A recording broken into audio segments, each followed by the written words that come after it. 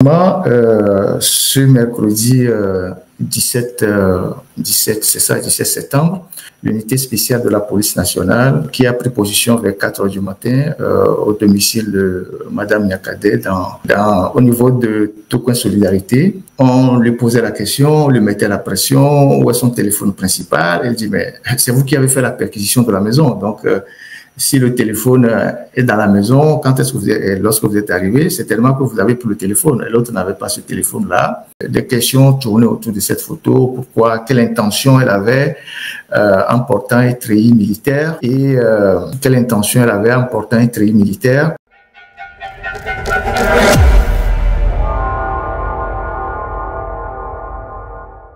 Mes chers abonnés, bonjour et bienvenue sur le Micro des Mystères, votre rendez-vous incontournable où l'actualité, l'histoire et les vérités cachées se rencontrent. Aujourd'hui, le 19 septembre 2025, nous vous parlons d'une arrestation qui fait grand bruit, celle d'une figure bien connue de la sphère politique togolaise, Marguerite Essosimna Gnakadé, ancienne ministre des Armées. Que s'est-il réellement passé? Pourquoi cette interpellation? Et quelles implications cela a-t-il pour l'avenir politique du Togo? On vous dit tout. Qui est Marguerite Gnakadé? Marguerite Gnakadé, d'abord connue pour sa discrétion dans le gouvernement, avait pourtant occupé un poste clé, ministre des Armées du Togo entre 2020 et 2022. Une femme dans un poste stratégique dans un pays où la sécurité est un levier du pouvoir. Après son départ du gouvernement, elle adopte une posture de plus en plus critique envers la gouvernance de Fort Gnassingbé, appelant au renouveau, à la responsabilité et à une rupture avec le système France-Afrique. L'arrestation, les faits. Mercredi 17 septembre 2025. Selon plusieurs sources concordantes, surtout des riverains qui ont diffusé l'information, des unités mixtes, police, gendarmerie, forces spéciales, mais on peut voir clairement que c'est l'unité spéciale de la police, sont intervenues au domicile de Madame Gnakadé à Lomé, dans le quartier Tokoin Solidarité, un peu après 4 heures du matin. L'assaut de l'arrestation a été rapide, dès 6 heures du matin, musclé et sans mandat officiel communiqué à la presse. Depuis, elle est détenue dans un lieu non encore formellement révélé, probablement à la direction centrale de la police judiciaire ou à un service de renseignement. Les autorités évoquent des accusations lourdes, appel à l'insurrection, incitation à la mutinerie, complot contre la sécurité intérieure de l'État. Mais aucune preuve formelle n'a encore été présentée publiquement. Écoutons Ferdinand Haïté sur ce point. On savait depuis longtemps qu'elle a commencé par dénoncer le régime de Fort Gnassingbé, qu'il finirait par l'arrêter. Mais c'est qu'il cherchait le bon moment, la bonne heure. Et donc, voilà. Et donc, à 4 heures du matin, son domicile a été encerclé. Donc, c'est les voisins qui ont donné l'alerte. Parce que quand on voit des unités aussi puissantes débarquer avec des cagoules et des armes, tout ça, dans un quartier comme ça, tôt le matin, c'est normal que les gens qui sont dans le quartier puissent rapidement sonner l'alarme. Voilà, il y a des soucis, tout ça. Et donc, déjà vers 6 heures, ils ont réussi à pénétrer dans la maison et ils ont arrêté la dame. Et puis après, ils ont procédé à une perquisition totale de la maison, perquisition générale de la maison pendant des heures, plus de 2 heures, 2 heures et demie de perquisition. Et ils sont repartis avec elle à la police, à la direction centrale de la police judiciaire, avec un ordinateur, je pense. Et voilà, il n'y avait pas grand-chose, contrairement à toutes les fausses informations qui ont circulé, même qui ont été écrites par Jeune Afrique en disant qu'on a trouvé des éléments très graves, compromettants chez elle. Il n'y avait rien à part son ordinateur.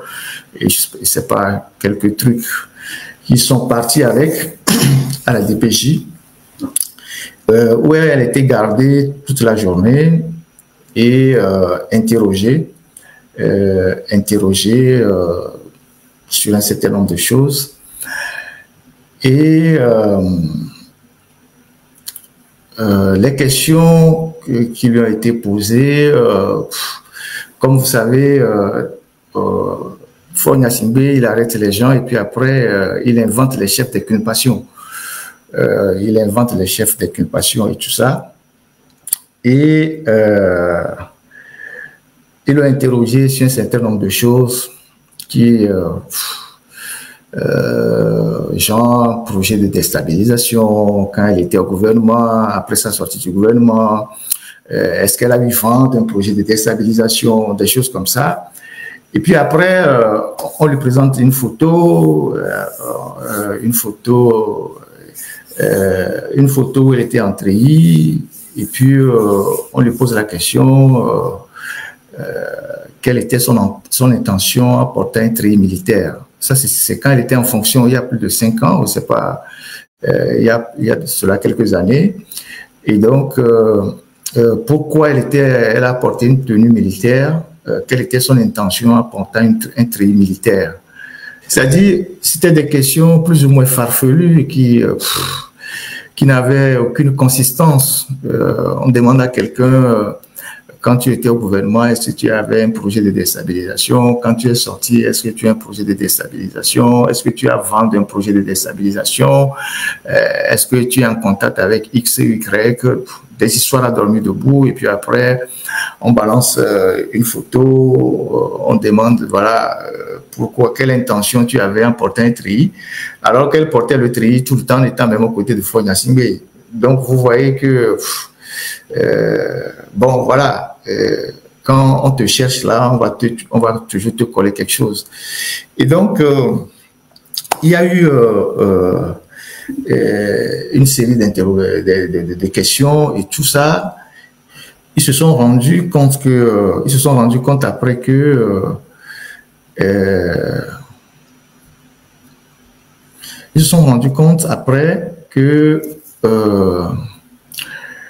le téléphone avec lequel on l'avait arrêté, parce qu'ils ont pris son téléphone, quand elle a été arrêtée. C'est pas son téléphone principal. Le téléphone ne comportait pas grand-chose, ne contenait pas grand-chose. C'était pas son téléphone principal. Donc, ce téléphone, il n'y avait pas beaucoup d'informations à exploiter dans ce téléphone. Alors là, on lui posait la question, on lui mettait la pression, où est son téléphone principal? Elle dit, mais c'est vous qui avez fait la perquisition de la maison. Donc, si le téléphone est dans la maison, lorsque vous êtes arrivé, c'est tellement que vous avez pris le téléphone et l'autre n'avait pas ce téléphone-là. Ils ont mis la pression, mettaient la pression sur elle ou le téléphone. Autour je pense que c'est vers midi ou vers 13h, son fils, Jonathan, est arrivé à apporter à manger. Et elle a refusé de manger. Son fils a apporté à manger, elle a refusé de manger. Et ils ont demandé à son fils où se trouvait le téléphone de sa mère. Parce que justement, ils ont constaté, comme ils les ont mis sur écoute, tout ça, que le matin, très tôt, la dame a appelé son fils ou le téléphone de sa maman, sa mère. Et le jeune homme lui dit, mais le téléphone de ma mère, c'est pour ma mère. Le téléphone de ma mère ne peut pas se retrouver chez moi. Et chez moi, donc, c'est le téléphone de ma mère. Je ne peux pas détenir le téléphone de ma mère. Donc, ils ont mis la pression sur son garçon, où est le téléphone de sa mère. Et lui, il a dit qu'il ne sait pas où se trouve le téléphone de sa mère. C'est pas le téléphone de sa mère, c'est un téléphone Samsung. Et donc, et comme donc, il n'y avait pas, parce que c'est le téléphone qu'ils peuvent exploiter pour savoir avec qui elle était en contact, si elle a parlé avec X, si elle a parlé avec Y, elle a parlé avec Z. C'est par le téléphone qu'ils peuvent remonter la piste pour savoir avec qui vraiment elle parlait. Donc, comme ils n'ont pas trouvé le téléphone qu'elle avait est un téléphone qui ne contenait pas grand-chose. Ce matin, à 5 heures, ils sont retournés dans la maison. Ils sont retournés dans la maison pour faire une perquisition complémentaire. Et c'est donc en allant dans la maison pour faire la perquisition complémentaire, elle n'est pas allée avec eux, elle a refusé, elle est restée à la DCPJ, qu'ils ont orchestré des fuites d'informations à travers leurs canaux de menteurs et de propagande en disant oui, on a ramené Madame Niakate à la maison en résidence surveillée. ce qui est totalement faux. Alors, je vous parle, elle est toujours à la DCPJ. C'est là où elle se trouvait depuis hier. Elle y est toujours encore. Les gens peuvent aller vérifier. Il y a des journalistes à Lomé. Quand on est journaliste, on va à la source d'information. Quand on va arrêter quelqu'un dans un quartier, il y a des témoins, il y a des gens. Et quand on vous dit qu'on a ramené la personne à la maison, vous pouvez retourner dans le quartier pour vérifier si vraiment la personne est retournée à la maison. Ou vous allez à la DPJ pour voir si la personne est à la DPJ ou la personne est à la maison. Mais comme ils ont voulu masquer les choses, ils ont orchestré une fuite de fausses informations à travers plusieurs canaux. Il y a des sites internet et tout pour dire oui, Madame Niakate a été libérée, mais elle est sous résidence surveillée, on l'a ramenée à la maison. Totalement faux. Et donc, ils sont retournés dans la maison pour fouiller la maison de bout en bout à la recherche de ce téléphone-là. C'est le téléphone qui les intéressait. Donc, il faut absolument qu'ils retrouvent le téléphone. Donc, quand ils sont retournés dans la maison ce matin, pour chercher le téléphone, ils ont passé toute la matinée dans la maison. Il y avait le fils de la dame à la recherche de ce téléphone-là, Samsung. Toute la matinée, ils ont cherché le téléphone. Il y a une piscine dans la maison. Ils ont plongé dans la piscine. Ils sont rentrés dans la piscine, fouillé dans la piscine. Ils ont nagé, fouillé dedans pour voir s'ils peuvent trouver le téléphone. Donc, toute la matinée jusqu'à midi 30 à Lomé, ils étaient dans la maison, ils ont remué tout pour chercher ce téléphone, un Samsung. Au bout de toute cette longue perquisition complémentaire aujourd'hui, ils ont fini par trouver un bout de téléphone, c'est-à-dire le téléphone est cassé. Le téléphone a été totalement brisé, cassé. Ils ont trouvé un bout du téléphone. Bon, je sais pas, c'est la moitié ou un bout. Et ils ont estimé que c'est le garçon qui a cassé le téléphone. C'est pour ça qu'ils ont arrêté le garçon, ils l'ont menotté et ils l'ont emmené aussi à la DCPJ. C'est comme ça que ça s'est passé. Ils estiment que c'est le garçon qui a dissimulé et cassé totalement le téléphone parce qu'ils n'ont pas trouvé le téléphone entier. Le téléphone est totalement cassé. C'est un bout de téléphone qu'ils ont trouvé.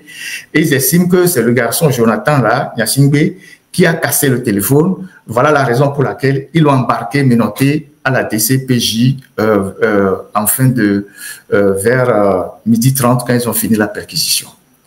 Donc, ceux qui ont écrit déjà le mercredi en disant oui, oh, il y avait tellement d'informations sur elle, les gens même ont parlé de cache d'armes. S'il y avait tout ça, pourquoi ils sont revenus aujourd'hui pour faire encore une nouvelle perquisition? S'ils avaient déjà des éléments assez solides sur elle pour la maintenir, Jonathan, je pense que c'est le fils de Ernest, s'ils avaient suffisamment d'éléments sur elle, ils n'allaient pas retourner à la maison pour chercher de nouvelles, des éléments nouveaux. Donc, s'ils sont retournés dans la maison pour chercher des éléments nouveaux, c'est que il n'y avait rien. L'ordinateur qu'ils ont pris, il n'y a rien dedans. Le téléphone qu'ils ont arraché des mains de la dame, il n'y avait rien dedans. Donc, ils cherchaient ce téléphone-là, qui est le téléphone principal de la dame. Donc, ils sont retournés dans la maison, d'où ils ont passé toute la matinée. Et la dame n'y était pas. La dame est toujours restée à la DCPJ. Et donc, en fin de matinée, les autres enfants de la dame ont amené à manger à leur mère et à la DCPJ, ils ont dit que le commissaire principal n'est pas là, le directeur de la DCPJ n'est pas là. Ils n'ont pas autorisé les enfants à donner à manger à leur maman. Je ne sais pas si ce soir ça a été fait, mais depuis hier jusqu'à l'heure où je vous parle, Madame Niakate n'a pas mangé lorsqu'elle a été arrêtée. Voilà comment les choses se sont passées d'hier à aujourd'hui dans les moindres détails. Hier, donc, ils ont encerclé son domicile, ils sont rentrés chez elle, ils sont arrivés à 4 heures, c'est l'unité spéciale de la police nationale. Je vais vous dire tout à l'heure pourquoi c'est la police qui mène cette enquête. Ils ont fait une perquisition toute la journée d'hier, ils ont amené la dame, ils l'ont questionné, il y avait plusieurs questions qui ont été posées et tout. et l'ordinateur qu'ils ont emporté a été fouillé. Après, ils ont vu que ce n'était pas son téléphone principal. Ils ont demandé le téléphone toute la journée. Elle dit qu'elle n'a pas de téléphone. Aujourd'hui, 18 septembre, ils sont retournés à la maison pour chercher le téléphone. Ils ont fouillé toute la maison. Ils sont rentrés même dans la piscine en plongeant pour voir si ils ont jeté le téléphone dans la piscine. Et au bout de cette longue journée, matinée de fouilles, ils ont fini par trouver un bout de téléphone qui est cassé, totalement cassé. Je ne sais pas si c'est exploitable. Et ils estiment que c'est le garçon qui a dissimulé le téléphone, bien qu'il a cassé. Et ils ont arrêté le garçon. Ils ont emporté le garçon à la DCPJ. Donc, à l'heure où je vous parle, la mère et son enfant sont à la DCPJ en détention. Réaction de la société civile. Les réactions ne sont pas fait attendre. Le mouvement citoyen Touche pas à ma Constitution parle d'une arrestation politique, visant à faire taire une voix dissidente et à intimider toute figure émergente dans l'opposition. Des défenseurs des droits humains appellent à la transparence, au respect de la procédure et au droit fondamental d'exprimer une opinion, même critique. Son avocat, Me Darius Atso, exige des garanties sur son intégrité physique et morale. Il rappelle que nul ne peut être arrêté pour ses opinions politiques dans une démocratie. Une arrestation symptomatique. Cette affaire soulève une question plus large. Le régime togolais craint-il ses propres anciens membres?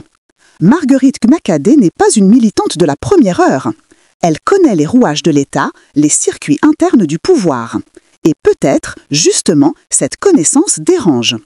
Son arrestation, après plusieurs mois de critiques ouvertes, pourrait marquer un durcissement du régime face à une opposition qui se recompose tant à l'intérieur qu'à l'extérieur.